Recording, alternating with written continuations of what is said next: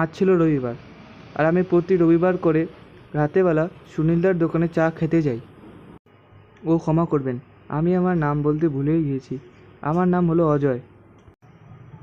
আমি রাতেবেলা চা খেতে একা যাই না, আমার সাথে আমার আরও 2 বন্ধু যায়। আর আমার 2 বন্ধুর নাম হচ্ছে, একজনের নাম অনিল, আরেকজনের নাম নিলয়। তারপরে আমি আমার 2 বন্ধুকে ফোন করলাম। সবার প্রথমে আমি অনিলকে ফোন করলাম। হ্যালো অনিল, হ্যালো হ্যালো, আমার কথা শুনতে পাচ্ছিস তো? হ্যালো হ্যালো, তুই বাড়িতে আছিস তো? আজকে সুনীলদার দোকানে চা খেতে যাবি তো? সেই প্রশ্নতেও আমাকে উত্তর দিল, তুই একটু অপেক্ষা কর, আমি এখনই যাচ্ছি তোর বাড়িতে। তারপরে আমি নিলয়কে ফোন করলাম। Hello Niloy, hello hello. তারপরে ফোনটা হঠাৎ করে কেটে গেল।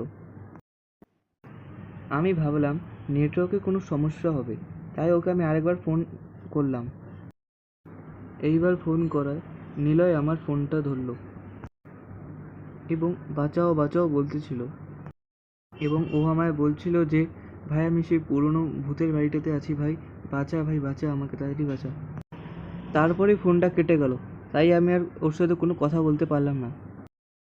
আমি আরও একবার ওকে ফোন করলে তখন ফোনটা কেটে যায়। ইতিমধ্যে আমার বাড়িতে অনিল চলে আসে। তারপরে সে আমার ঘরে এলো। তারপরে ও আমার কাছে এসে দাঁড়ালো।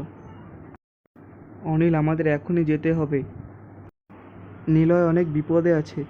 সে আমাদের গ্রামে থাকা সেই পুরনো ভূতের বাড়ির মধ্যে বন্দি আছে। এই কথা শুনে অনিল অনেক ভয় পেয়ে গেল। তারপরে ও আমাকে বলল, না ভাই, আমি যাব না ভাই, আমার ওই বাড়ির সামনে যেতে পুরো ভয় লাগে ভাই। তারপরে আমি ওকে বললাম, তুই যা কি না যা, কিন্তু আমি নিলয়কে বাঁচাতে যাব। তারপরে ও পিছনে ঘুরে কিছু একটা ভাবলো এবং আমাকে বলল, ঠিক আছে ভাই, আমি যেতে রাজি আছি।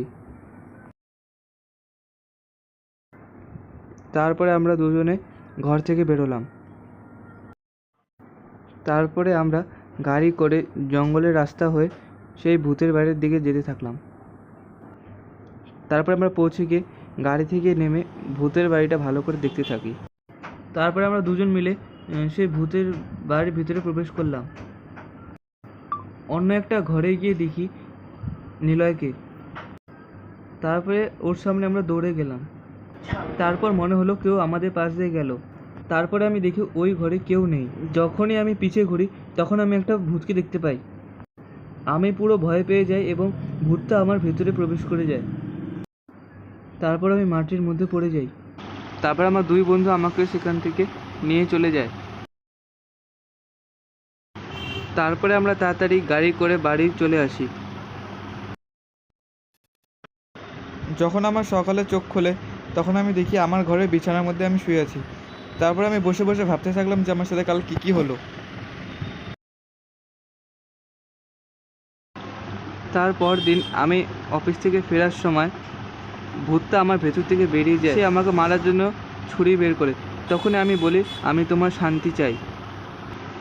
তারপরে সে ভূতটা সেখান থেকে উড়ে চলে যায়।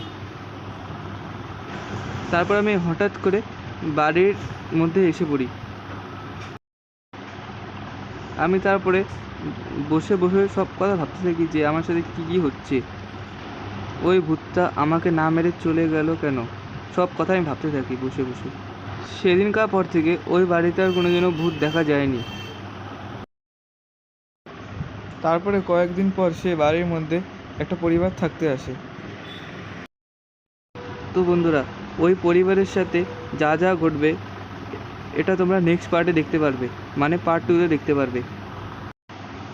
তো বন্ধুরা, এই ভিডিওটা যদি একটুও ভালো লেগে থাকে তাহলে লাইক, সাবস্ক্রাইব অ্যান্ড শেয়ার করে দিও আর নতুন নতুন ভিডিও পাওয়ার জন্য। তো বন্ধুরা, এই ভিডিওটা ভালো লাগলে কমেন্টে পার্ট 2 লিখে দিও। তোমরা যদি পার্ট 2 চাও তাহলে আমি এই ভিডিওটা পার্ট 2 বানাবো, নাহলে আর বানাবো না। ততদিনের জন্য তোমরা সুস্থ থেকো, ভালো থেকো, টাটা, বাই বাই।